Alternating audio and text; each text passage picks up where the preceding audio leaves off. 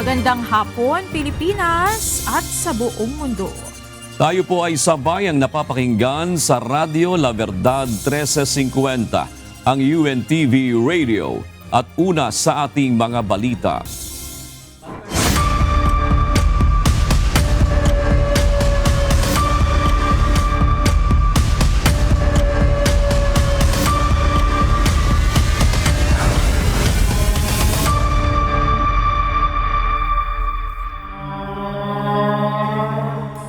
Nabalot ng tensyon ang impeachment court sa pagpapatuloy ng paglilitis ngayong araw nang magpalitan ng argumento ang depensa at prosekusyon.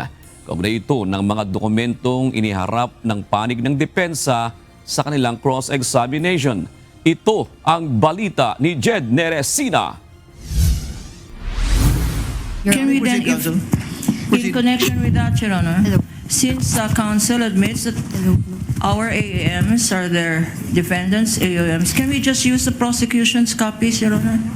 But Your Honor, we have prepared, visual aid using Show the document. Yeah, I will. I am showing the defense document. Bahagyang nagkasagutan ng prosecution at defense team sa unang bahagi ng impeachment trial ni Vice President Sara Duterte ngayong araw sa pagsisimula ng cross-examination ni Attorney Christine Ferrer. Kinwestiyon agad ni Private Prosecutor Attorney Lorna Capunan ang pagpapakita ng depensa sa kanilang sariling mga kopya ng Audit Observation Memorandum o AOM. Ipinunto niya na ang mga dokumentong ito ay hindi tinukoy o identified o ipinakita sa saksi na si Sailene May del Campo, State Auditor ng Commission on Audit, Intelligence and Confidential Funds Audit Office o COA-ICFAO noong panahon ng direct examination. Ayon kay Attorney Capunan, kung nais kumprontahin ng depensa ang witness gamit ang mga dokumento, kinilala na nito. Dapat ay gamitin nila ang mga ebidensyang isinumite ng prosecution. Gayunpaman, pinayagan ni Presiding Officer Francis Cheese Escudero ang depensa na ipakita ang kanilang mga dokumento. That is up to her counsel. She may confront the witness with her copy of the AOM. I'm sure she would be competent to testify whether these are the same documents earlier identified as exhibits for the prosecution or not. Counsel, Yes. you may proceed. Yes, correct, Your Honor. And their AOMs, we did not dispute those, so we have the same copies, Your Can Honor. we Dahil dito naghain ng prosecution ng isang continuing objection sa paggamit ng mga dokumento ng depensa na hindi dumaan sa tamang proseso ng identification at authentication ng saksi habang ito ay nasa witness stand. Iginiit pa ni Attorney Capunan na kung ayaw ng depensa na gamitin ang kanilang sariling mga saksi, dapat ay sumunod sila sa paggamit ng mga dokumento ng prosecution. Ngunit para kay Attorney Ferrer, hindi dapat diktahan ng prosecution kung paano niya isasagawa ang kanyang cross-examination. We will not agree, Your Honor, to What are you not presentation agreeing to, of the Attorney defense Capunan? documents. I'm sorry? Because precisely there was no stipulation yesterday. There was, They are Your now Honor. constrained. Excuse me, counsel. Allow her to finish, They are counsel. now constrained, Your Honor. I'm sorry. They are now constrained to use our documents precisely. This is what we wanted to avoid yesterday. Had we did a comparison, not to belabor the obvious, Your Honor, but now counsel says, anyway, it's the same. So if Your it's the same, what's the objection to using the prosecution's document? Counsel, that water is already under the bridge. You may request assisting counsel to check the copy being presented to Ms. Eileen, and you may make this the subject matter of your redirect later on. Allow counsel to present. Thank you, Your The presiding Honor. officer will allow the counsel to present that document, but notes the continuing objection of Attorney Thank you, Your Capunan with Honor. respect to this matter. Bagamat may continuing objection ng prosecution sa paggamit ng depensa ng sarili nilang mga dokumento, nagpatuloy pa rin ang cross-examination ni Attorney Ferrer kay COA-ICFAO Auditor Sailene May del Campo. Jed Neresina, UNTV News and Rescue. Diyos ang aming sandigan, serbisyo publiko ang aming pinahahalagahan. Nagpahayag ng suporta si Representative Harold Duterte ng pwersa ng Pilipinong Pandagat Party List para sa pinsang si Vice President Sara Duterte. Ito'y kasunod ng pagkasampa ng Department of Justice ng kasong grave threats laban sa pangalawang Pangulo sa Quezon City Regional Trial Court. Giit ng mambabatas, madaling pagdugtong-dugtungin ng mga kritiko ang mga pangyayari kaugnay ng issue. Naninindigan ito sa kanilang suporta kay Vice President Duterte na ninais nilang maging susunod na Pangulo. Ang kaso ay kaugnay ng umano'y pagbabanta ng pangalawang Pangulo kay President Bongbong Marcos at First Lady Liza Araneta Marcos. Humihingi ang Marcos administration sa Kongreso ng mahigit 100 bilyong piso para sa unprogrammed appropriations sa susunod na taon. Sa gitna ito ng kontrobersiya kung saan iniugnay ang nasabing line item sa national budget na nagagamit umano sa maanumalyang flood control projects. Ito ang balita ni Evan Alvarez. The unprogrammed appropriations contained in the National Expenditure Program stands at 111.984 billion pesos, which is the lowest amount nominally of the UA since 2019 and only accounts for 1.5% of the total expenditure program, the lowest ratio since 1991. 111.984 billion pesos ang hinihingi ng Department of Budget and Management na mailagay sa unprogrammed appropriations ng taong 2027. Yan ang nakasaad sa National Expenditure Program na isinumite ng DBM sa Kongreso. Mas mababa ito kaysa noong 2026 na halos 151 billion pesos at 2025 na higit 218 billion pesos. Ayon kay DBM Acting Secretary Kim Robert De Leon, sa katunayan, ito na ang pinakamababang halaga ng unprogrammed appropriations simula 2019. Katumbas ito ng 1.5% ng kabuuang expenditure program ng gobyerno na siyang pinakamababang ratio simula noong 1991. Itong unprogrammed appropriations na kasama ng NEP ay may mga tiyak na paggagamitan at ito po ay consistent sa mga pinapayagang utilization at naaayon po ito sa ating prudent fiscal spending. Dahil yun pong ating mga inilatag sa unprogrammed appropriations ay mga bagay na ating kakailanganin sa 2027 bagamat we are still awaiting for the certainty. 4 na purpose ang inilagay ng DBM na posibleng paggamitan ng UA. Una ay ang restoration ng fund balances ng Philippine Deposit Insurance Corporation o PDIC, mga programa sa risk management, suporta sa foreign assisted projects at conversion ng national government advances sa subsidy ng GOCCs. At ito naman po talaga yung pangunahing use of the unprogrammed appropriations. Magbigay ng space para dito sa mga foreign assisted projects na hindi pa talaga natatapos yung detalye nung inihanda natin yung ating National Expenditure Program. Una nang nabalot ng kritisismo ang UA matapos itong gamitin ng gobyerno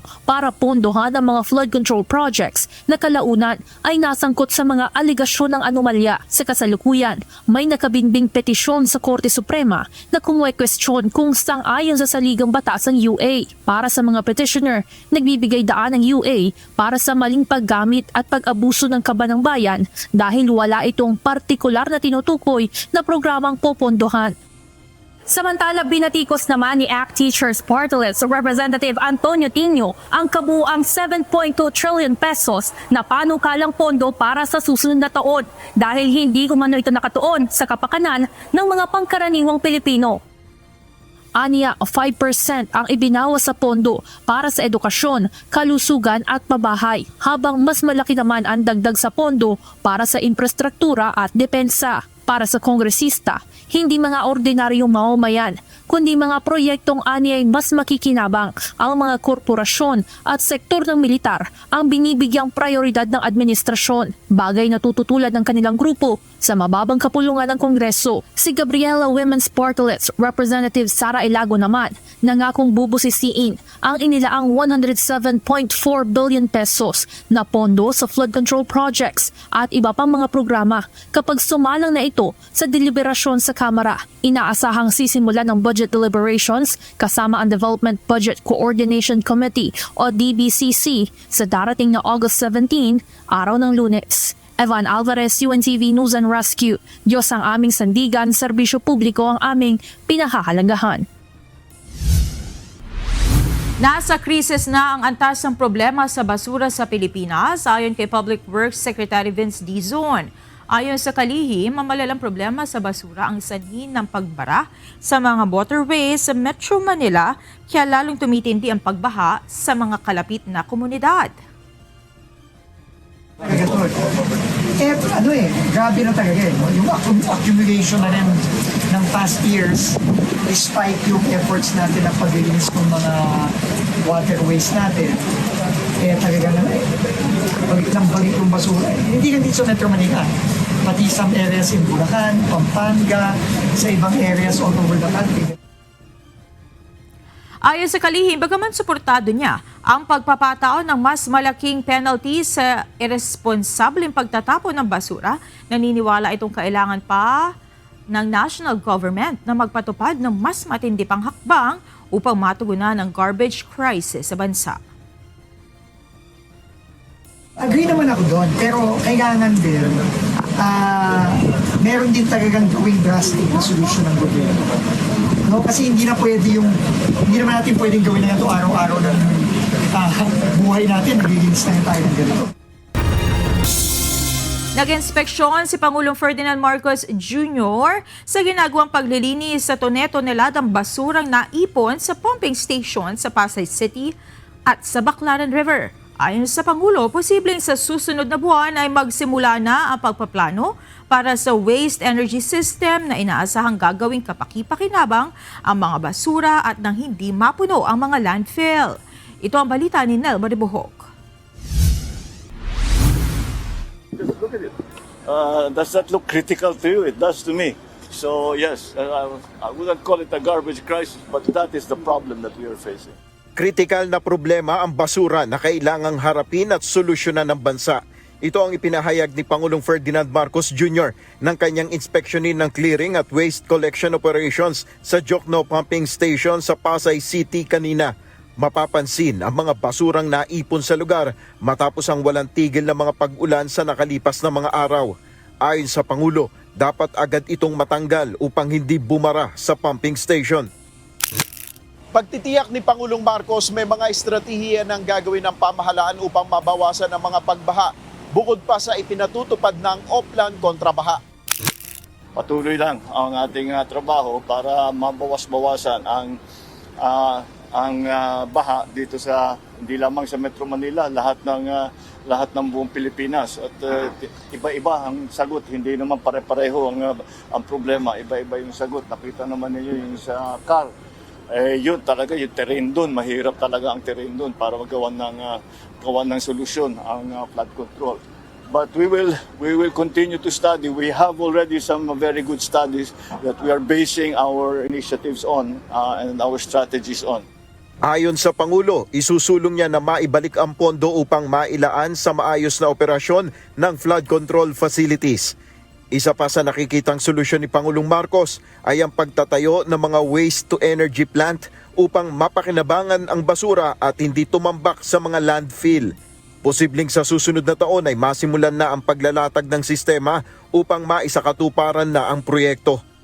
Now what we are trying to do is to put the system together, how it will be, what is the relationship with the LGUs to the waste-to-energy plant, where the locations are, what group is actually going to come in. We already have identified. It's a new system that we really have to start putting in place.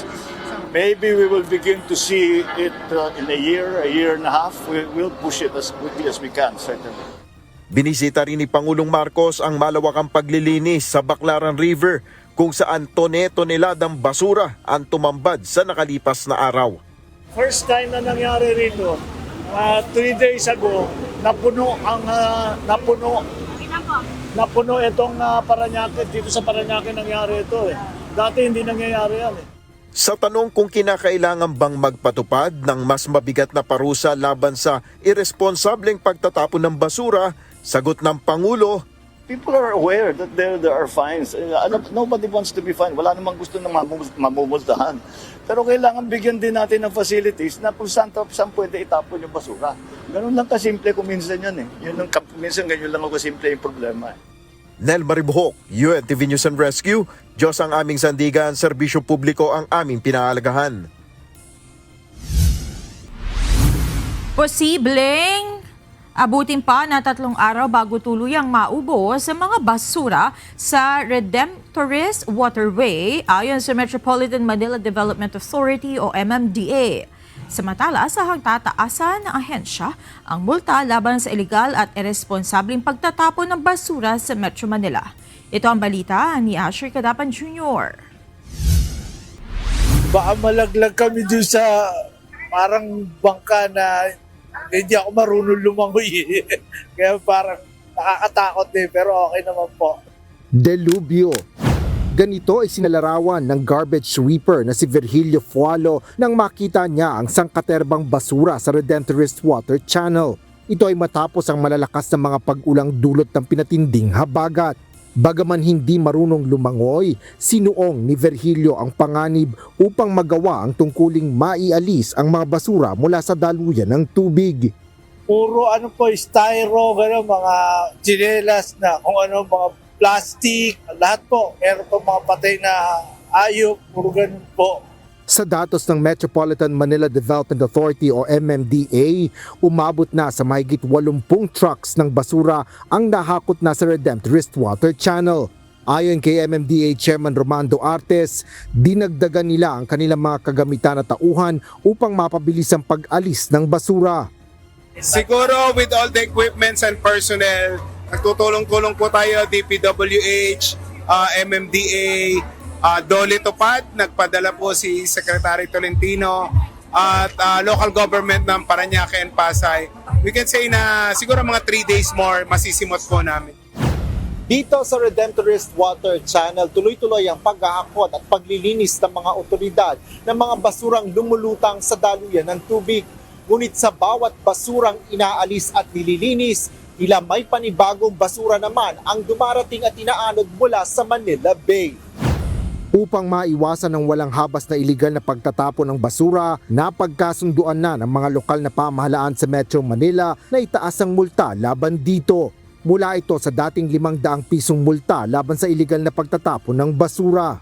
May Metro Manila Council resolution na tayo increasing the penalty of 5,000 for cities and 2,500 sa Pateros dahil city, yun po yung maximum allowed under the local government code. Hinihintay na lang po namin yung mga individual ordinance po ng bawat lungsod.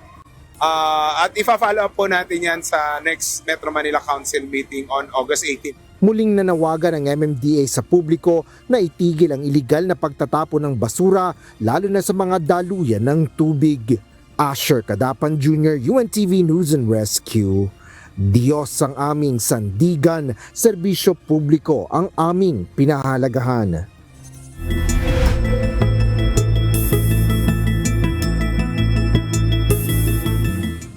Lumakas pa ang bagyo na nasa labas ng Philippine Area of Responsibility na may international name na Tropical Storm Nangka. Namataan ito ng pag-asa sa layong 2,280 kilometers silangan ng extreme northern Luzon. Ayon sa pag-asa, wala itong direktang epekto sa Pilipinas at palayo ang direksyon nito sa PAR. Gayunman, sa ngayon ay apektado pa rin ng habagat ang malaking bahagi ng Luzon. Nakararanas ng kalat-kalat na pag-ulan sa Metro Manila, Ilocos Region, Benguet, Zambales, Bataan, Pampanga, Bulacan, Cavite, Rizal, Occidental at Oriental Mindoro at 7 pang lugar sa bansa. Samantala, sa nalalabing bahagi ng Luzon ay makararanas ng papulupulong pag-ulan. Parehong kondisyon din na panahon na mararanasan sa Visayas at Mindanao dahil naman sa mga isolated thunderstorms. Nagdeklara na ng state of calamity ang lalawigan ng Pampanga dahil sa epekto ng malawakang pagbaha sa probinsya. Ito ang balita ni UNTV News and Rescue Responder Dency Andres live. Dancy, gaano nakalawak ang naging pinsala sa probinsya ng Pampanga ng malawakang pagbaha? Yes, Monica, mahigit kalahating milyon ng mga residente ang apektado ng pagbaha dito sa Apalit, Pampanga at umaabot na sa 77 million pesos ang halaga ng pinsala ng agrikultura sa lalawigan.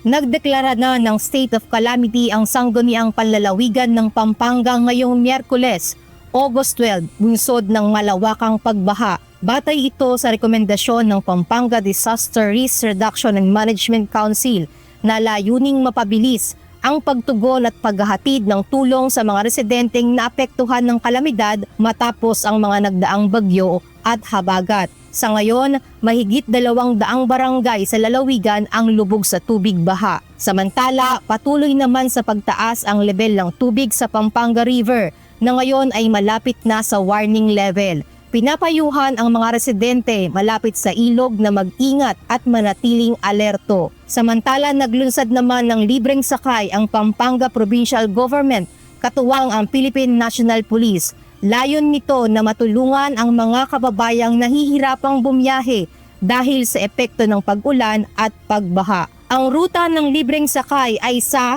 Santo Tomas, Minalin, San Simon, Apalit, mula alas 7 ng umaga hanggang alas 7 ng gabi.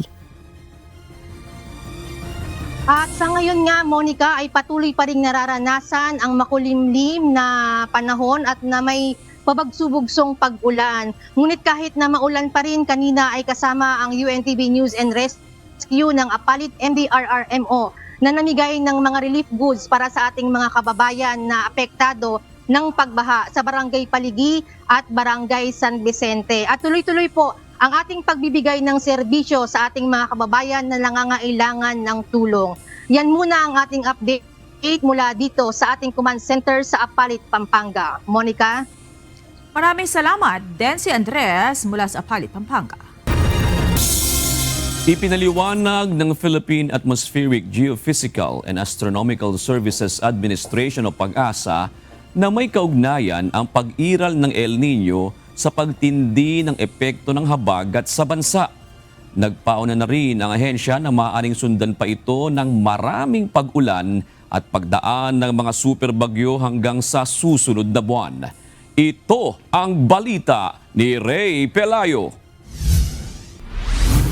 Ito na yung nararanasan natin na early impact ng El Nino na kung saan medyo matindi talaga yung ating habagat season at marami po tayong mga typhoon at super typhoon category, although ang usually po ay less number ang ating mga bilang ng bagyo. Higit sa normal na ulan ang naranasan ng ilang bahagi ng Luzon sa mga nagdaang araw. Base sa record ng Philippine Atmospheric, Geophysical and Astronomical Services Administration o PAGASA, pangunahin sa nakapagtala ng maraming buhos ng ulan ang Benguet at Metro Manila. Nalampasan pa ng naitalang dami ng ilang araw lamang na ulan ang kabuuang normal na natatanggap sa isang buwan. Kasi yung normal usually dito sa Baguio City is around 963 millimeters of rain lang. Pero naibuhos niya sa panahon ng habagat from August 5 to 10 ay mga more than 1,200 millimeters of rain. So ang equivalent niyan is more than 130% ng kanyang ulan ang naibuhos sa panahon ng habagat at from August 1 to 10 ay more than 138%. Kasama rin sa nakapagtala ng maraming ulan ang La Union, Zambales at Bataan. Ito ang mga panahon na nabuo ang mga bagyong Luis at Maymay, maging ang paghatak ng habagat ni Typhoon Dolphin kahit nasa labas ito ng Philippine Area of Responsibility.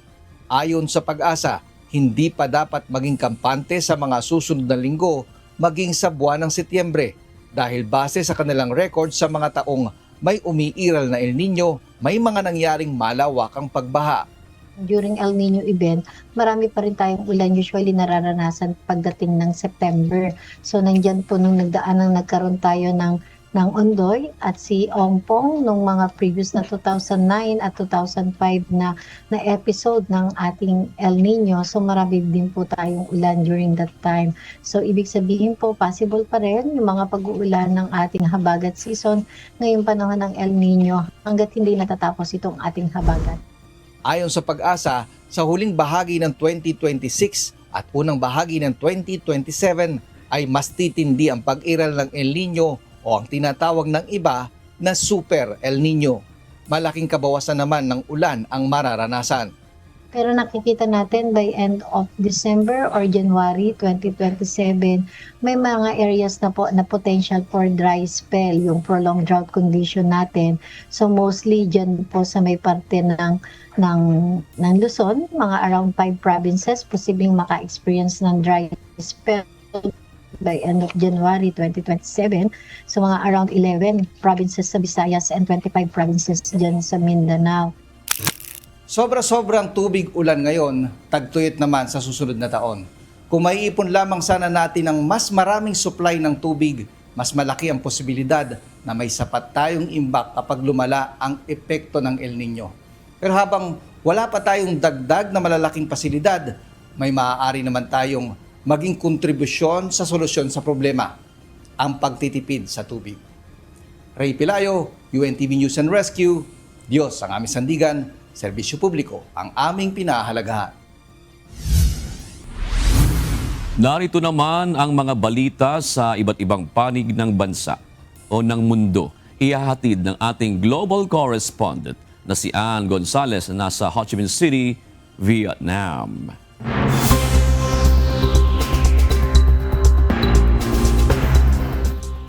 Magandang araw sa inyo dyan sa Pilipinas, June. Mas agresibo at pursigido na ang Iran sa pakikipagnegosasyon dahil sa pagkakatalaga ng dating commander ng Revolutionary Guards na si Dr. Mohsen Rezaei sa Supreme National Security Council. Samantala, inamin naman ng United States President Donald Trump na lumipat siya ng eroplano noong pauwi galing sa Turkey dahil sa posibleng banta. Ito ang balita ni Noel Poliarco. I just follow what they'd like to do. So I go by Secret Service and the military. They wanted me to go on a different flight, a different plane, equal safety. I guess there was a threat out there. I didn't really ask them much about it. I get a lot of threats. Nakasalalay sa United States Secret Service ang kaligtasan ng Pangulo ng Amerika. Kaya ayon kay US President Donald Trump, kung magpasya man ang mga itong palipatin siya ng sasakyan dahil sa posibleng banta sa kanyang seguridad, susunod lang aniya siya. Dagdag pa ng US leader, nakasanayan na niya ang kaliwat kanang banta dahil dalaan niya ito ng kanyang trabaho bilang pinakamahalagang tao sa buong Amerika dahil sa kanyang pagiging pangulo nito. I have a lot of threats. I have a lot of threats that you don't know about. Any consequential president has a lot of threats. Non-consequential presidents don't get threatened. And I think that I'm maybe the most consequential president. Kasunod ito ng inilabas ng international media na kuha ng kanyang departure sa Ankara, Turkey noong July 8 matapos ang kanyang pagdalo sa North Atlantic Treaty Organization o NATO Summit. Napaulat noon base sa Israeli intelligence na doon isasagawa ang pag-assassinate sa kanya ng Iran. Ayon kay Trump, isa ito sa dahilan kaya wala siyang tiwala sa Iran. I don't trust Iran. Why? Are you saying I trust Iran? I'm the last person to trust Iran. They've lied to me constantly. I don't worry about anything, to be honest. Whatever it is, you know my attitude? Whatever. Samantala, usap-usapan ngayon ang pagkakatalaga sa dating commander ng Islamic Revolutionary Guard Corps o IRGC na si Dr. Mohsen Rezaei bilang kinatawan ng Supreme Leader at Secretary ng Supreme National Security Council ng Iran. Ayon kay Iranian Professor Mohammad Marandi, indikasyon ito na magiging mas mapuwersa at mas pursigido ang Iran kung sakali mang maghaharap na muli sila ng Amerika para sa isang negosasyon o kasunduan. The meaning that Dr. Rezaei, his appointment has for Iran's position with regards to the United States, I think it's a sign that Iran is going to be more assertive. Ayon kay Marandi, sa pagkakatalaga kay Rezaei ay mas detalyado na ngayon ang hinihinging demands ng Iran sa alyansa ng Amerika. Hindi na ito limitado lang sa Lebanon, kundi maging ang Gaza o ang buong Palestina, ang Iraq at ang Yemen. Ito aniya ang pinaniniwalaan ng Iran na dapat ay pag-usapan at mailagay sa isang kasunduan kung nais ng Amerika na muli silang makausap. Ayon kay Marandi, kilala si Rezaei sa matatag nitong posisyon laban sa agresyon ng US. That shows that the MOU from the very beginning for Iran meant Palestine too, and Yemen and Iraq alongside Lebanon. This is important. And then the subsequent day, Dr. Rezaei was appointed, and someone who in his public positions has been very clear. He's taken a very strong position against U.S. aggression and about Iran's response to that aggression. Sa ngayon, abala ang Amerika sa nalalapit na eleksyon sa Nobyembre na ayon kay Marandi ay sinasamantala naman ng Iran upang magpalakas. Sa gitna ito ng paminsan-minsang palitan ng pag-atake. Noel Paul Yarco, UNTV News and Rescue. Diyos ang aming sandigan, serbisyo publiko ang aming pinahahalagahan. Nagpahayag ng pagkadismaya ang bansang Qatar sa pagtanggi ng Israel sa Gaza Peace Plan. Ayon kay Majid bin Mohammed Al-Ansari, ang tagapagsalita ng Ministry of Foreign Affairs ng Qatar, ang pagtanggi ng Israel sa planong pangkapayapaan ay patuloy na nagpapabagal sa pagkakasunod para sa ceasefire deal. Umaasa ang Qatar na magbibigay ng pressure sa Israel ang international community upang maisakatuparan ang second phase ng kasunduan. Iginiit ng Qatar na kailangan ng malinaw na posisyon ng mga bansa laban sa mga paglabag ng Israel sa karapatang pantao ng mga mamamayan sa Gaza. Kinumpirma ni Ukraine President Volodymyr Zelensky na nagsasanib puwersa na ang Russia at ang North Korea laban sa kanila.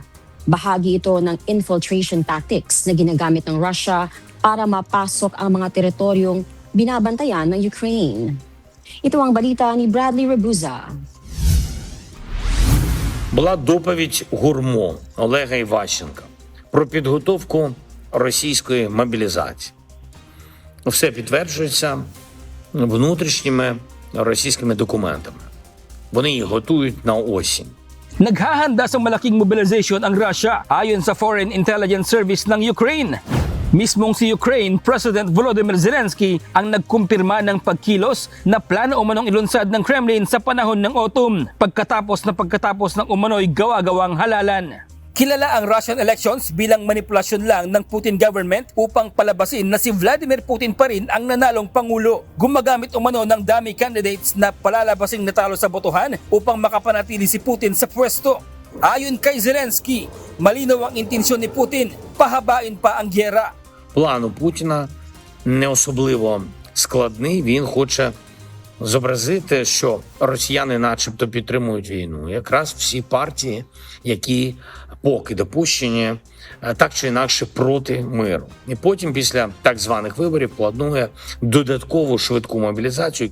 Katunayan nito ay ang patuloy na persahang pag-recruit ng mga Russian para maging sundalo at ang pagpasok ng tropa ng North Korea bilang augmentasyon sa kanilang pwersa. Зараз Путін думає, що додаткова мобілізація та залучення військових з Північної Кореї дозволять йому затягувати цю війну і дозволять збільшувати російську штурмову активність. Bagaman walang anumang pahayag, patuloy ang Russia sa pag-atake sa Ukraine. Ayon sa pag-aaral, gumagamit ngayon ang Russian military ng infiltration tactics upang lansehin ang Ukraine sa mabilis na pag-usad papasok ng Russian troops sa frontline ng Ukraine nang hindi namamalayan. Lalo pa nilang pinagbuti ang kanilang estratehiya dahil sa makabagong teknolohiya gaya ng drone warfare. Gayunman, nakahanda umano si Zelensky sa plano ng Russia kasabay ng pakikipag-ugnayan sa mga kaalyado para sa inaasahang pag-atake. Ну, ми готуємось до своїх активних дій, максимального ускладнення Росії в реалізації таких планів. Bradley Robuza, UNTV News and Rescue. Diyos ang aming sandigan, serbisyo publiko ang aming pinahalagahan. Nagdeklara na ng national emergency ang gobyerno ng Colombia kasunod ng magnitude 7.4 na lindol nitong Lunes. Ayon kay Colombian President Abelardo de las Espriella, kumikilos na ang mga kaukulang ahensya ng pamahalaan upang tumulong sa rehabilitasyon at sa mga pangangailangan ng mga apektadong residente. Ang magiging base anya ng Emergency Coordination Unit ay sa Bogota na siyang magmomonitor sa lahat ng galaw ng recovery at rescue teams. Que acabamos de realizar hace una hora, ese Comité Nacional para el Manejo de Desastres y Consejo Nacional para la Gestión de Riesgo de Desastres, se acordó declarar la correspondiente situación de emergencia. Samantala, ikinatuwa naman ng mga rescuers sa Pereira nang makuha ng buhay ang isang babaeng survivor sa ilalim ng debris makalipas ang 30 oras mula ng lumindol.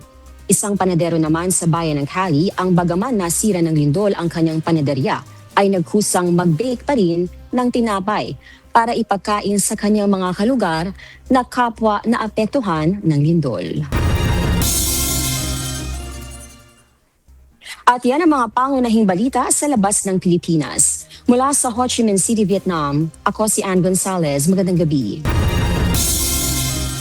Posibleng mangyari rin sa Pilipinas sa malakas na lindol tulad ng yumanig sa bansang Colombia kamakailan. Ayon sa FIVOX, ang source na lindol na naramdaman sa ilang bansa sa Latin America ay may katulad na pinanggalingan dito sa bansa. Ito ang balita ni UNTV News and Rescue Responder Lizelle Nael. Meron tayong mga subduction zones din. Again, we have trenches. Yung mga trenches kasi natin, dyan gumigit-git yung mga plates natin. Ang mga trenches na nakapaligid sa Pilipinas ay posibleng panggalingan ng malalakas na lindol. Ayon sa Philippine Institute of Volcanology and Seismology of FIVOX, ang subduction o pagsuksok ng lupa pailalim sa Pilipinas ay posibleng pagmula ng pagyanig. Ayon kay FIVOX Director Teresito Bacolcol, nangyari na ito kamakailan sa Cotabato Trench na naglabas ang magnitude 7.8 na lindol. Naramdaman ang intensity 8 sa Sarangani at General Santos City. Pwede niyang ma-generate yung Manila Trench that's capable of generating 8.4. Yung Negros Trench naman 8.2.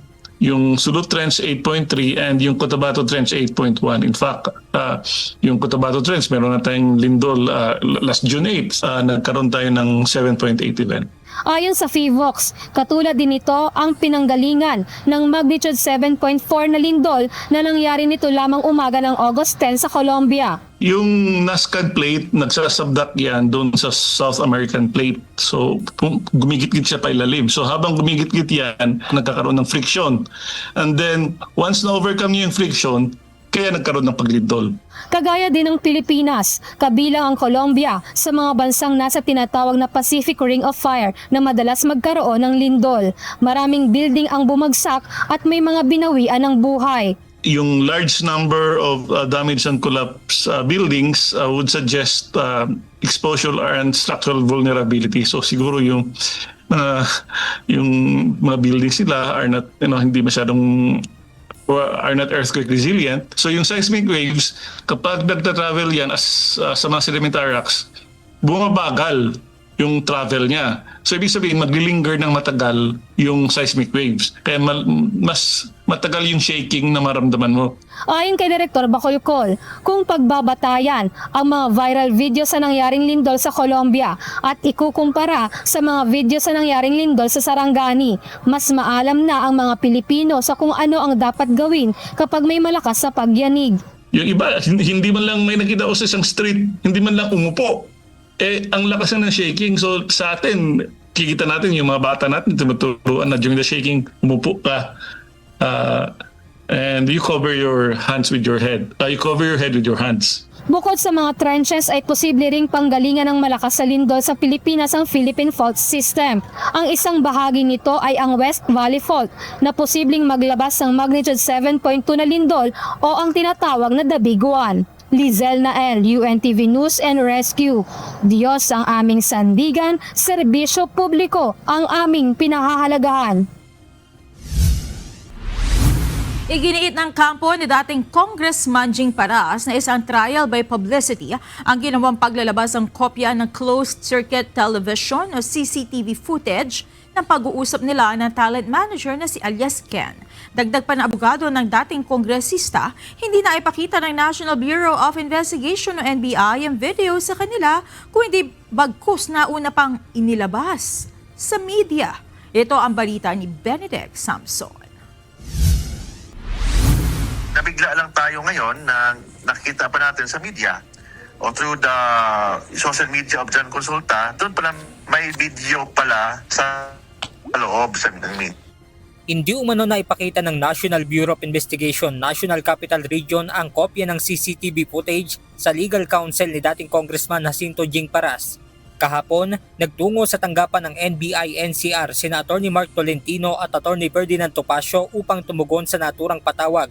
Ngunit tanging screenshot lang ng CCTV sa labas ng lugar kung saan nakipag-usap si dating Congressman Jing Paras kasama ang kampo ng naarestong talent manager na si Alias Ken ang naipakita sa kanila. Kaya ikinagulat ng kampo ng dating kongresista nang lumabas sa social media account ng isang news personality ang kopya ng CCTV footage ng meeting sa loob ng isang steakhouse sa Quezon City noong Hulyo. I think trial by publicity ito kasi we are in good faith, nakipag-cooperate tayo as a lawyer ni Jing Paras.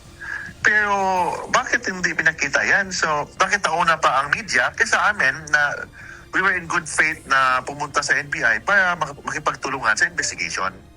Dagdag pa ng abogado, sa paglabas ng CCTV footage sa pamamagitan ng social media, nawawalan na rin anya umano ang pagiging confidential ng ebidensya sa isang kaso. Tama naman sinasabi ng NBI, confidential. Basta under investigation. Pero ito kasi ngayon, hindi na magfa-follow yung rules kasi nasa media na. Si Director Matibag, yung mga ebidensya nila, pinakita nila sa media. So ano pa bang confidentiality? Yan, wala nang confidentiality. Ibig sabihin dito, trial by publicity na ito, which in violation ng due process sa aking kliyente. Sa kabila ng lumabas na CCTV footage, iginigiit ng kampo ni dating Congressman Jing Paras na hindi ito sapat na batayan upang mapatunayan kung may nangyaring pagpaplano sa umano'y honey trap plot at character assassination laban kay Executive Secretary Ralph Recto. Hindi rin umano ito patunay na may nangyaring human trafficking o kriminal na gawaing pinagpaplanuhan o isinasakatuparan na. Dagdag pa ni Atty. Tolentino, may pagkakataon naman anya na hindi kaagad-agad ipinapakita ang kopya ng ebidensya sa isang panig, ngunit nakakabahalaan nila ang naunang paglalabas sa publiko nito. Nauna pa ang media kaysa sa amin na inimbestigahan. Wala pa kang copy si Jing Paras, yung mga abogado walang copy. Nung pumunta tayo sa NBI, hindi naman pinakita yung mga ganyan. Kaugnay nito, nakahanda rin ng kampo ng dating kongresista na magbigay ng supplemental affidavit sakaling hingin ito ng NBI sa kanila. Samantala, itinanggi naman ni NBI Director Melvin Matibag na galing sa kanila ang kopya ng CCTV footage. Benedict Samson, UNTV News and Rescue. Diyos ang aming sandigan, serbisyo publiko ang aming pinahahalagahan. Ikinababahala ni Senator Amy Marcos ang framework na nakapaloob sa joint venture kaugnay ng pagtatayo ng Artificial Intelligence o AI Hub na Paxilica sa Pilipinas. Gayunman nilinaw ng senador na bagaman hindi siya tutol sa proyekto, kailangan muna itong pag-aralan ng husto. Ito ang balita ni JP Nunez. Sinasabi na ito yung dokumento na pinaiikot ng DOJ for approval ng iba't ibang mga kasamang mga department. Nabigyan umano ng impormasyon si Senator Amy Marcos na nagpapaikot na ang Department of Justice ng isang dokumentong naglalaman ng framework ng joint venture para sa pagtatayo ng US-led Artificial Intelligence Hub na Paxilica sa Pilipinas. Pinagkokomentoan niya ang iba pang ahensya ng gobyerno kaugnay ng kasunduan para sa nasabing proyekto na ikinababahala ng presidential sister. Kabilang sa kanyang agam-agam ang pagbibigay pagbibigay ng 40% na pag-aari ng lupa ng Pilipinas sa dayuhan na pagtatayuan nito. Nakalagay niya sa framework na mayroong master tenant na dayuhan na pwedeng magmay-ari ng lupa at magkaroon ng kontrol dito. Bakit kinakailangan ng tinatawag na joint venture to own the land? Hindi ba Pilipinas ang may-ari ng lupa? Bakit hindi BCDA or di kaya yung iba't iba pang GOCC na 100%? Bakit tini-turn over natin ang control sa mga dayuhan? 1,619 hectares, hindi na ito Pilipinas. Land co property na to for 99 years. Agam-agam niya rin ang posibleng maging epekto nito sa kalikasan at sa mga komunidad. Sa kanyang press conference kanina, nagpakita rin ang mambabatas ng ilang mga video ng interview sa mga residente ng Capas Tarlac na umano'y pinapaalis sa kanilang mga tirahan. Bukod sa kanila ay may mga indigenous people rin sa kabundukan ang nais paalisin. Isa pa sa pangamba ng mambabatas ay maging target ang Pilipinas ng nangyayaring mga geopolitical tension. Sa kabila nito, nilinaw ni Senator Amy na hindi naman siya tutol sa proyekto. Hindi po ako tutol sa Paksilica, liliwanagin ko. Talagang makakatulong sa Pilipinas kapag nagkaroon ng libo-libong mga trabaho tulad ng ipinangako ng SONA. Binigyang diin niya na kailangan lang itong pag-aralan ng husto ng may pagmamadali para naman hindi masayang ang investment na maaari ring makapagbigay ng hanap buhay sa maraming mga Pilipino. Kung totoong mag-i-invest ng bilyon-bilyon, mawala pa yung pagkakataon, yung opportunity natin para rito. Ayoko naman mawala. Yung akin lang, ilagay naman sa tama. Parang may alternatives naman, katulad ng Thailand, ng ibang bansa, na nakisapi, pero hindi naman sinurrender ang kanilang jurisdiction at kapangyarihan. JP Nunez, UNTV, News and Rescue. Diyos ang aming sandigan, serbisyo publiko ang aming pinahahalagahan.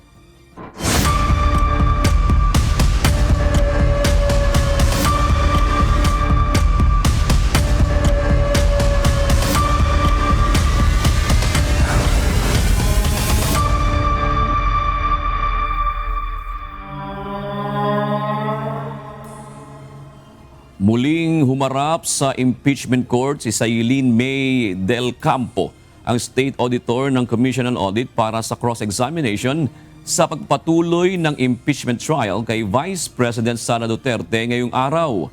Iginiit ng testigo, kailangan ng aktwal na resibo kung saan ginamit ang confidential funds ng tanggapan ng pangalawang Pangulo. Ito ang balita ni Jed Neresina live.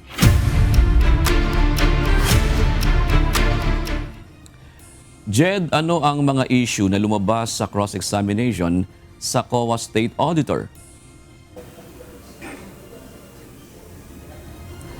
June, dito sa cross-examination ng defense team kaninang umaga, muling binigyang diin ng Commission on Audit na kinakailangan talaga ng mga aktwal na resibo na magpapatunay kung saan ginamit yung confidential funds. So ayon kay Sailin May Del Campo, State Auditor ng COA Intelligence and Confidential Funds Audit Office o COA ICFAO, meron naman silang power na mag-request sa mga ahensya o tanggapan na ng mga karagdagang dokumento na necessary sa kanilang auditin. So pinaliwanag niya kanina dito sa cross-examination na kailangan talaga nilang makakita ng proof of success para mabigyan ng hustisya yung sinasabing pagbabayad ng pabuya o proof of reward na sinasabi nitong Office of the Vice President. Sinuri ng defense team ni Vice President Sara Duterte sa kanilang cross-examination ang Joint Circular 1992. Kaugnay ito ng Notice of Disallowance mula sa Commission on Audit o COA sa ilang transaction ng Office of the Vice President. Bagay na pinuna ni Private Prosecutor Attorney Lorna Capunan. Before she asks the question, Your Honor, for everybody to refresh their memories, this particular circular was presented by Attorney Powa to Attorney Wamil. And we had manifested that this circular dated 1992 has been superseded.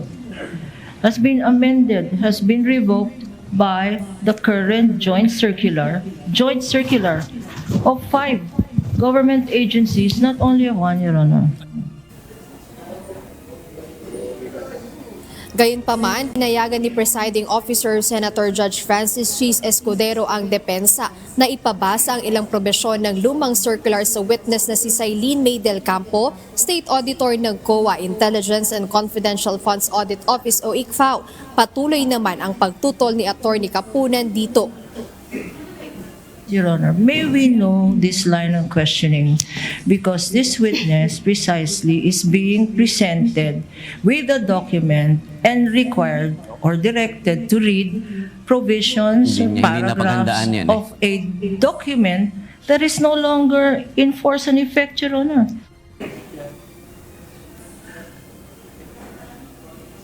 Unang pinabasa ng depensa kay Del Campo ang paragraph 4 ng Joint Circular 1992. Ayon sa provision, ang mga confidential activity ay likas na sensitibo at hindi maaaring ibunyag ang mga detalye nito nang hindi nagbabanta sa national security o sa success ng mission. Ipinagpatuloy niya ang pagbasa sa paragraph 5. Whereas, as now being required, the submission of receipts, bills, or commercial invoices in support of disbursement from this fund for rental of safe houses, purchase of meals or supplies, and other expenses might create a leak of information that may threaten the confidentiality of the intelligence operations, endanger the lives and safety of the agents and employees of the government agencies, and result to a failure of the mission. Pagdating sa line of questioning, tinanong ni Defense Counsel Ferrer ang testigo ng prosecution kung applicable pa ba ang mga konsepto ng nasabing circular sa panahong ito na tinutulan naman ni Private Prosecutor Kapunan ang tanong at sinabing humihingi ang depensa ng opinyon na salungat sa probisyon ng updated na Joint Circular 2015. Gayunpaman, hinayaan ni Presiding Officer Escudero na sagutin muna ito ng testigo. Pagkatapos nito, nilinaw ni Senator Judge Escudero kay Del Campo kung kinakailangan ba talaga nila ng resibo sa kanilang auditing. Kawalan ba ng resibo na sinasabing okay lang sa circular na to, okay pa rin ba hanggang ngayon sa Joint Memorandum Circular o hindi na? Under po kasi sa Joint Memorandum Circular, under 6.2.3.7, we can request po other documents necessary for the proper evaluation po nung under 6.2.7 po. I agree. Other documents necessary in the audit po. You can request for other documents, but the Joint Circular does not say that you should demand and ask for receipts. Apo. June, bukod dito, ipinresenta din ng defense team sa impeachment trial yung tinatawag na Proactive Intelligence Operations Report ng OVP. So inilahad sa trial kanina yung nilalaman ng nasabing dokumento ng mga engagement ni Vice President Sara Duterte. So tinanong ng defense team itong si Sailin May del Campo kung yung mga ilang aktibidad na nakasaad doon sa pinakita nilang ulat ay maituturing na administrative work ba ng OVP or bahagi ng intelligence work. So mostly yung naging sagot ni Del Campo dito sa mga listed na item ay identified ng COA na Intel works ito. So yung unang parte kanina ng cross-examination, dito binigyang diin ng defense counsel na si Attorney Christine Ferrer yung sensitibong kalikasan ng confidential operations base nga doon sa pinabasa niyang Joint Circular 1992 kung saan yung pagpilit umano na magkaroon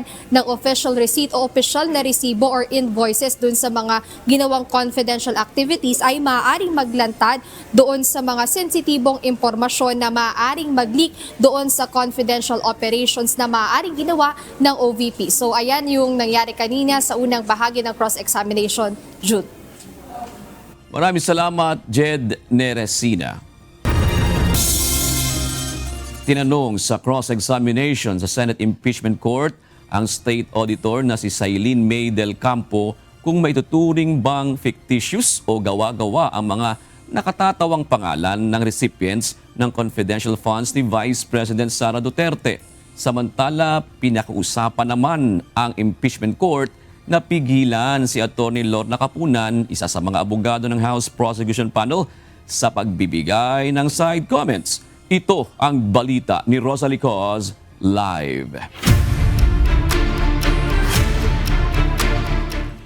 Rosalie, ito na ba ang huling direct at cross-examination sa COA State Auditor na si Sailin May del Campo? June, natapos na yung mga pagtatanong ng prosecution at defense teams, gayon din ng Senator Judges kay Sailin May del Campo, ang State Auditor ng Commission on Audit Intelligence and Confidential Funds Audit Office o COA ICFAO. Sa kabuuan ay 3 araw ding humarap sa impeachment court itong si Sailin May del Campo kaugnay ng article of impeachment laban kay Vice President Sara Duterte na confidential funds misuse, misappropriation at irregular liquidation.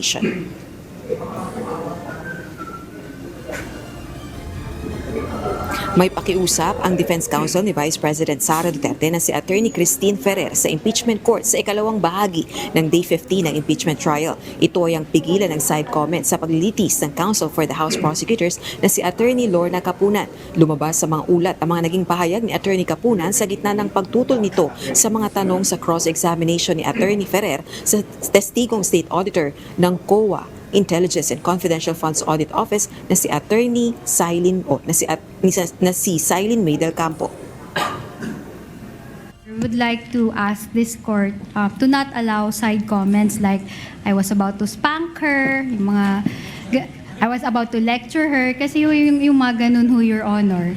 Wala ho yung lugar dito sa courtroom because we are all lawyers here, we are all professionals.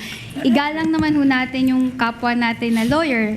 Kung halimbawa, at kagaya nito, mas matanda ho sa akin si Attorney Kapunan, maybe she has more years of experience, she has 48 years, I have 15. We should learn to respect each other and refrain from making side comments, Your Honor. And that was captured by the media po. So that is our request, Your Honor, to just remind the counsel not to make those kinds of remarks. Thank you. I hope it was also part of the records that I promised to behave. Sa kabila naman ng pagtutol ng prosekusyon, pinahintulutan ng presiding officer ng impeachment court na si Senator Judge Francis Chis Escudero ang pagtatanong ng Defense Counsel kay Del Campo kaugnay ng kahina-hinalang pangalan ng recipients ng confidential funds ni VP Duterte. Tinanong si Del Campo kung maituturing bang fictitious o gawa-gawa lamang ang mga nakakatawang pangalan ng mga tumanggap ng confidential funds batay sa acknowledgement receipts, pero hindi naman ito masagot ng COA State Auditor. So, ayun po, kung nakakatawa ho ba yung pangalan, automatic fictitious na yon? Your Honor, again, Yes, fictitious. Counsel. Just for the record, fictitious is her own conclusion. We have made no such conclusion as regards to the name, except perhaps that they are funny. Your Honor. Well, Counsel, actually, that's not entirely accurate because in the complaint, you did allude to the fact that some of the names were fictitious based on the PSA documents that you attached as an annex to the complaint, although you're not yet there. You haven't gotten there yet. Please continue, Attorney Christine. Yes. Attorney Kapunan, give her share of fun with the names. Hindi ko po siya masasagot kasi Hindi mo siya masasagot, meaning? Kasi wala po namang yung sa name po kasi hindi ko masasagot kung Totoo o hindi? Oo, Okay. tama. So, in short, hindi mo masasabi na porket nakakatawa yung pangalan, peke na yon. Yun ba yung sinasabi ninyo? Parang hindi po ako makakasagot dun sa tanong na ganun. Samantala, muling iginiit ni Del Campo na naging batayan ng notices of disallowances ng COA sa confidential funds ni VP Duterte ang sinumpaang salaysay ng dating Special Disbursing Officer na si Gina Acosta sa pagdinig ng House Good Government and Public Accountability noong November 2024. Partikular na ang pahayag ni Acosta na inirelease niya ang confidential funds kay Colonel Raymond Dante La Chica, head ng Vice Presidential Security and Protection Group o VP-SPG, sa direktiba ng Pangalawang Pangulo. Inamin ni Del Campo, hindi nito tinanong sila Chica sa testimonya ni Acosta. Ito bang mga findings ninyo with respect to La Chica? Natanong niyo po ba si La Chica kung totoo ito? We base lang po sa naging admission under oath ni Miss Gina Acosta dun sa hearing. Okay.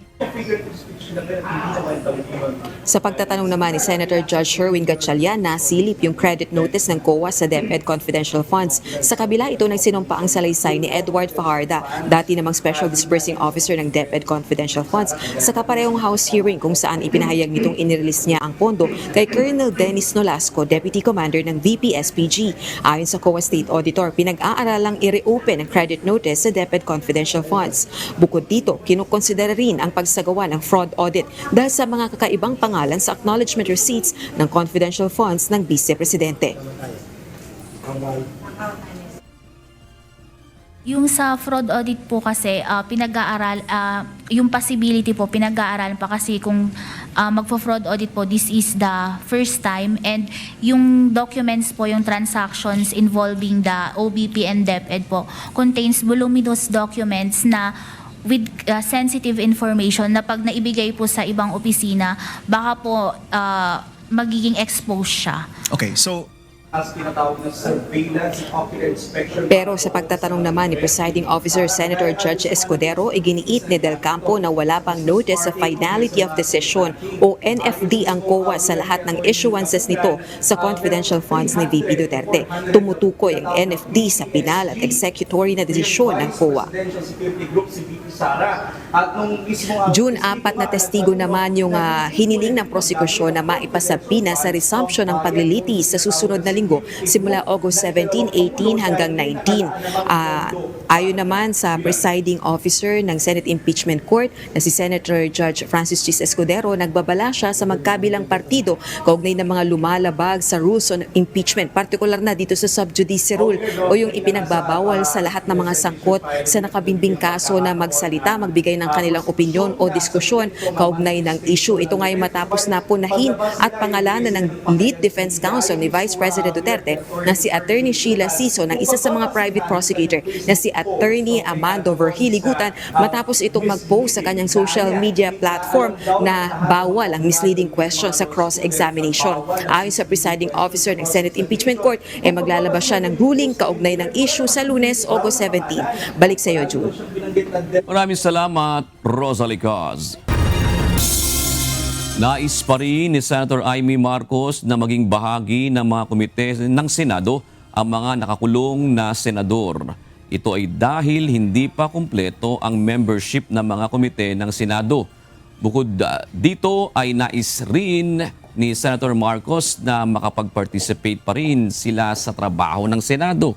Sa ngayon, 2 senador ang nakakulong dahil sa nakahaing mga kaso, sina Senator Jinggoy Estrada at Senator Rodante Marcoleta. Kahit papano senador naman sila, hindi naman sila nahatulan, ba't naman ganyan? Arestado ng mga tauhan ng Philippine National Police Anti-Cybercrime Group at Criminal Investigation and Detection Group ang mga pekeng dentista sa magkahiwalay na operasyon sa Iloilo at Cebu. Ang mga umano'y dentista nag-aalok online ng kanilang murang serbisyo. Ito ang balita ni Lea Ilagan. Pumili po tayo ng legit or lehitimong dental clinic po. Tignan po natin kung may mga pertinent documents po sila or mga permits po. And lagi natin pong tandaan, ang tunay na ngiti po ay nagsisimula sa ligtas at legal na dental care. Huli sa akto ang 22 anyos na babaeng ito habang nagkukumpuni ng ngipin ng tauhan ng PNP Anti-Cybercrime Group na nagpanggap na pasyente. Kaya naman, hindi na ito nakapalagpan ng arestuhin ng mga otoridad dahil sa pagkukunyaring dentista. Ayon kay PNP ACG spokesperson, Police Captain Wallen May Arancillo, base sa investigasyon, 2024 pa ang ginagawa nitong malpractice. Sa katunayan, nagtayo na ito ng mini-clinic sa loob ng kanyang bahay sa Haro, Iloilo. Based din po sa ating coordination with the Philippine Dental Association and the Professional Regulatory Commission, wala pong license or wala pong formal education or training at hindi din po dentist ang suspect. So hindi po talaga siya authorized na mag-offer or mag-engage sa mga dental services po, lalo-lalo na online. And according din po sa operatives natin, Natutunan niya lang po yung DIY braces installation and tooth cleaning po, itong mga dental services through online videos po, and sa mga nababasa niya lang rin online. Sinabi ni Captain Arancillo na nag-aalok ang suspect ng murang dental services online kaya't naispatan ito ng mga tauhan ng PNP Anti-Cybercrime Group na nagsasagawa ng cyber patrolling.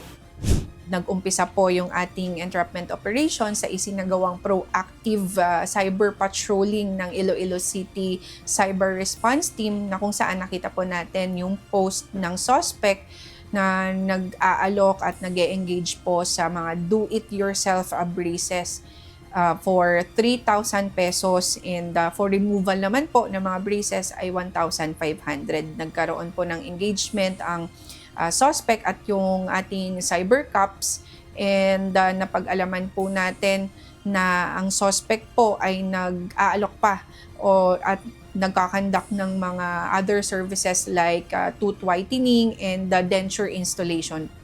Ang suspect ay nakaharap na sa kasong paglabag sa Philippine Dental Act of 2007 na may parusang pagkakakulong ng hanggang 5 taon at mula sa 200,000 piso hanggang 500,000 pisong multa. Pero dahil ginamitan ito ng ICT o Information and Communication Technology, magiging 1 degree higher ang parusa sa ilalim naman ng Republic Act 10175 o Cybercrime Prevention Act of 2012. Samantala, 3 Vietnamese national din ang naaresto ng Criminal Investigation and Detection Group o CIDG sa Mandaue, Cebu dahil sa pagsasagawa ng dental services ng walang proper documents. Sinampahan na rin ang 3 dayuhan ng paglabag sa Republic Act 9484 o the Philippine Dental Act of 2007. Paalala ng PNP sa publiko, pumili ng lehitimong dentista na mayroong permit at lisensya upang makaiwas sa disgrasya. Leia Ilagan, UNTV, News and Rescue. Diyos ang aming sandigan, serbisyo publiko ang aming pinahahalagahan. Inaasahang dadalo bukas sa pagdinig ng Kamara ang Commission on Elections o COMELEC. Kaugnay ito ng mga panukalang batas na humiling na muling ipagpaliban ang barangay at sangguniang kabataan elections. Ayon sa komisyon, sakaling mabinbin na naman ay aabot sa 3 bilyong piso ang karagdagang pondo na kanilang kakailanganin. Ito ang balita ni Dante Amento. Ipapahayag namin, this early sasabihin namin, handang-handa ang COMELEC sa pagkakaroon ng halalan para sa November 2. Ipinatawag ng House Committee on Suffrage and Electoral Reforms ang Commission on Elections o COMELEC para sa pagdinig ng mga panukalang batas na naglalayong ipagpaliban ang barangay at sangguniang kabataan elections o BSKE. Sa kabila ng diskusyon ng panibagong postponement ng BSKE, binigyang diin ni Chairman George Erwin Garcia na sasabihin nila sa komite na handang-handa na ang komisyon para sa halalan sa darating na November 2. Sa katunayan, tapos na ang pag-iimprenta ng mga balota. Sa kasalukuyan, mula sa 19 billion pesos na kabuuang budget para sa BSKE, nasa 8 billion pesos na ang nagastos para sa ballot printing at iba pang kagamitang pang-eleksyon. Ang natitiraan niyang 11 bilyong piso ay nakalaan para sa sahod o honoraria ng mga guro, training ng mga magsisilbi sa halalan at deployment ng mga kagamitan. Nagbabala ang komisyon na sakaling maipagpaliban ang halalan, may mga kagamitang posibleng masayang dahil sa ma-expire gaya ng mga ballpen, indelible ink at mga stamp pad na ginagamit sa fingerprint taking na maaaring matuyo. Lagi naman na may nasasayang, although madami rin po naman na pwedeng magamit pa namin sa susunod na halalan. Kung kaya nga lang, may mga ilang kagamitan tayo na 1 taon lang ang expiry date, tulad halimbawa ng ballpen, tulad halimbawa ng indelible ink. 1 taon lang kasi ang expiry date niya. Gayunpaman, tiniyak ng COMELEC na ang mga naimprentang balota para sa November 2 ay maaari pa rin gamitin sa pamamagitan ng isang resolusyon upang maiwasan ang pag-aaksaya ng pondo. Mag-i-issue lang kami ng isang resolusyon na nagsasabi na kung ano yung na-imprenta na namin para sa November 2 barangay and SK elections, kung sakali pong ma-reset, ma-postpone, ay yun pa rin po ang gagamitin namin. Kung sakaling matuloy ang pagpapaliban ng halalan, inaasahang magbubukas muli ng registration of voters sa darating na September 2026. Dahil sa registration ay inaasahan ang pagdagsa ng milyon-milyong botante, kabilang ang mga deactivated voters at mga kabataang magiging 18 anyos na. Inaasahang mangangailangan anya ng karagdagang 3 bilyong piso kung sakaling mapupuspo ng BSKE. Batay sa panukala ni Senator Chis Escudero, gagawin ng 5 taon ang termino ng barangay official. Kung tayo po ay hindi matutuloy sa November 2, malamang-lamang kami po ay mag-resume ng registration of voters ngayong darating na September. Dante Amento, UNTV, News and Rescue. Diyos ang aming sandigan, serbisyo publiko ang aming pinahahalagahan.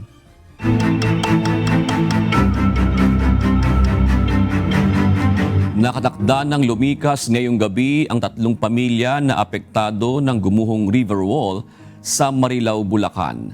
Ito ay dahil hindi na sila ligtas lalo't patuloy ang pagbuhos ng malakas na ulan at pagragasa ng tubig sa Marilao River. Mula sa Giginto, Bulacan, ito ang balita ni Nestor Torres, live. Nestor, bukod ba sa 3 pamilya, meron pang mga nakatira malapit sa ilog na pinag-iisipan na ring lumikas muna? Magandang gabi, June. Ayon sa barangay official ng Prensa 2, may isa pang pamilya na nagbabalak na rin na iwan ang kanilang bahay. Hanggang ngayon kasi ay naranasan pa rin ng mga residente yung malakas na pagbuhos ng ulan sa lugar at pagragasa ng tubig sa Marilao River na nagdudulot din ng panganib lalo na sa pagguho ng lupa sa Marilao. Malaking panganib sa buhay at kaligtasan ngayon ng mga residente sa Beverly Subdivision sa Barangay Prensa 2 sa bayan ng Marilao, Bulacan ang pagguho ng bagong river wall protection sa kanilang lugar. Disyembre lang nang simulan ang sinasabing riprap at natapos gawin itong June 16. Nagkakahalaga ng 5 million pesos ang nagasto sa proyekto na pinagawa ng Marilao Local Government na additional wall. Ang pinagtataka lang ng mga residente at opisyal ng barangay, mabilis itong nasira gayong katatapos lang itong magawa. 2 months ago lang po yan, hindi naman po natin inaasahan na ganun kabilis magkukulaps yung isang malaking project na ganito.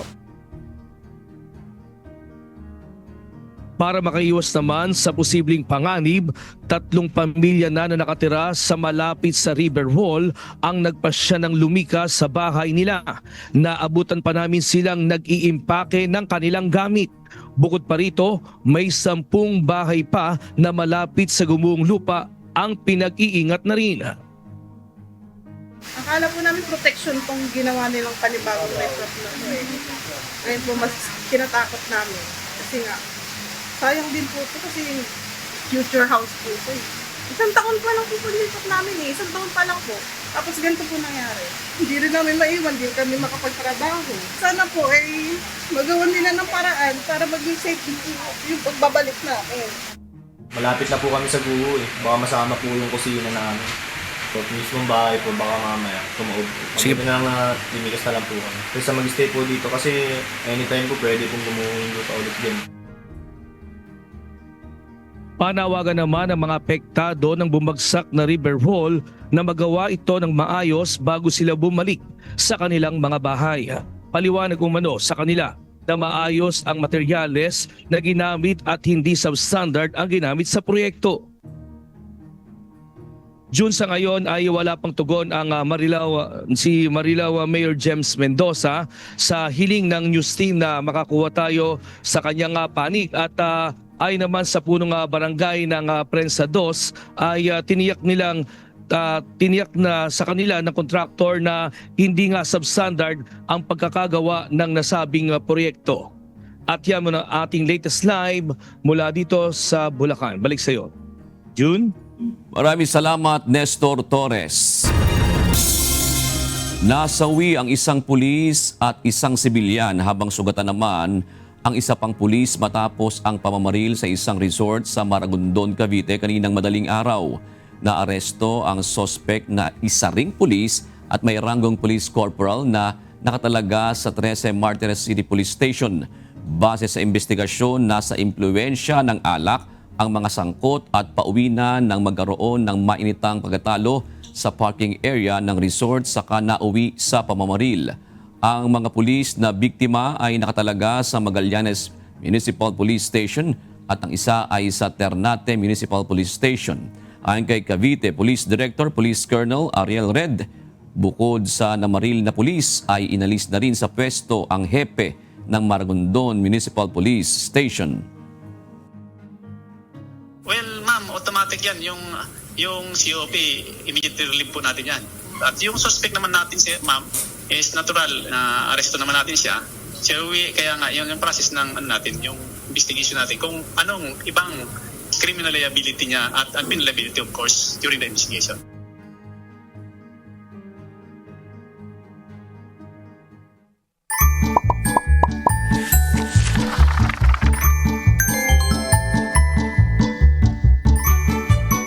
Naku, ang lakas na naman ng ulan, no? Kayo po, kapag may labahan, saan kayo nagsasampay? Sa loob ng bahay ba? Saan? Sa kusina? Sa sala? Sa balcony? Naku eto po ang dapat nyong malaman. Kapag maraming basang damit ang nakasampay sa loob ng bahay, nadadagdagan ng moisture o humidity sa indoor air.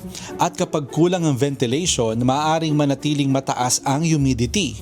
Kapag nagtagal, pwedeng magkaroon ng condensation at mas maging paborable ang kondisyon para sa amag. Kaya ibig bang sabihin bawal na ang pagsasampay sa loob ng bahay? Hindi naman. Lalo na kung tag-ulan. Ang mahalaga, tulungan mong makalabas ang moisture. Halimbawa, kung magsasampay ka sa loob, piliin ang lugar na may magandang airflow. Buksan ang bintana kung ang kondisyon sa labas ay angkop. Gumamit ng exhaust fan o gumamit ng electric fan para makatulong sa paggalaw ng hangin. Kung available sa bahay, maaari ring gumamit ng air conditioner o dehumidifier para makatulong na kontrolin ang humidity. At huwag mong pagsisiksikin ang mga damit. Bigyan sila ng pagitan para mas madaling dumaloy ang hangin at matuyo. Isang magandang rule of thumb, kung palagi kang nakakakita ng condensation sa bintana, dingding o ibang malamig na surface, baka mataas na ang moisture sa loob ng bahay. Ayon sa mga eksperto, ideal na panatilihin ang indoor relative humidity na humigit kumulang 30 to 50% at mas mababa sa 60% para makatulong na mabawasan ang mold growth. Kaya sa susunod na magsasampay ka sa loob, huwag mong isipin na damit lang ang kailangang patuyuin. Pati ang hangin sa loob ng bahay kailangan mong alagaan. Kayo po, saan kayo nagsasampay sa loob ng bahay? Sa sala ba, sa kusina, o sa likod ng ref? Sana po may natutuhan kayo at laging tatandaan, mapalad po ang tao na nakakasumpong ng karunungan at ang tao na nagtatamo ng kaunawaan.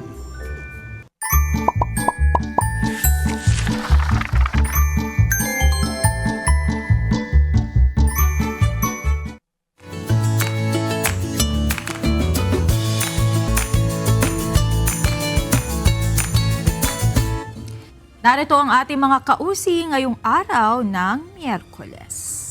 Salamat po at shout out kina Clemente Naides Jr., Rodrigo Ragindin at Aran Clotario. Gayon din kay Jovelito, Ricardo, Celestino Sanandres at Maylin Gadingan. Narito naman ang salita ng Diyos na ating sandigan. Mula sa aklat ng Kawikaan 24:5 na nagsasabi, ang pantas na tao ay malakas. Oo, ang taong maalam ay lumalago ang kapangyarihan. At yan ang naging kabuuan ng ating balitaan ngayong gabi. Aming inilahad ng buong katapatan kung paano namin nasaksihan. Kayo po'y makapagtitiwala na ang aming nakita at narinig ang aming ibinabalita. At dito po sa UNTV, Diyos ang aming sandigan, serbisyo publiko ang aming pinahahalagahan. Magandang gabi po.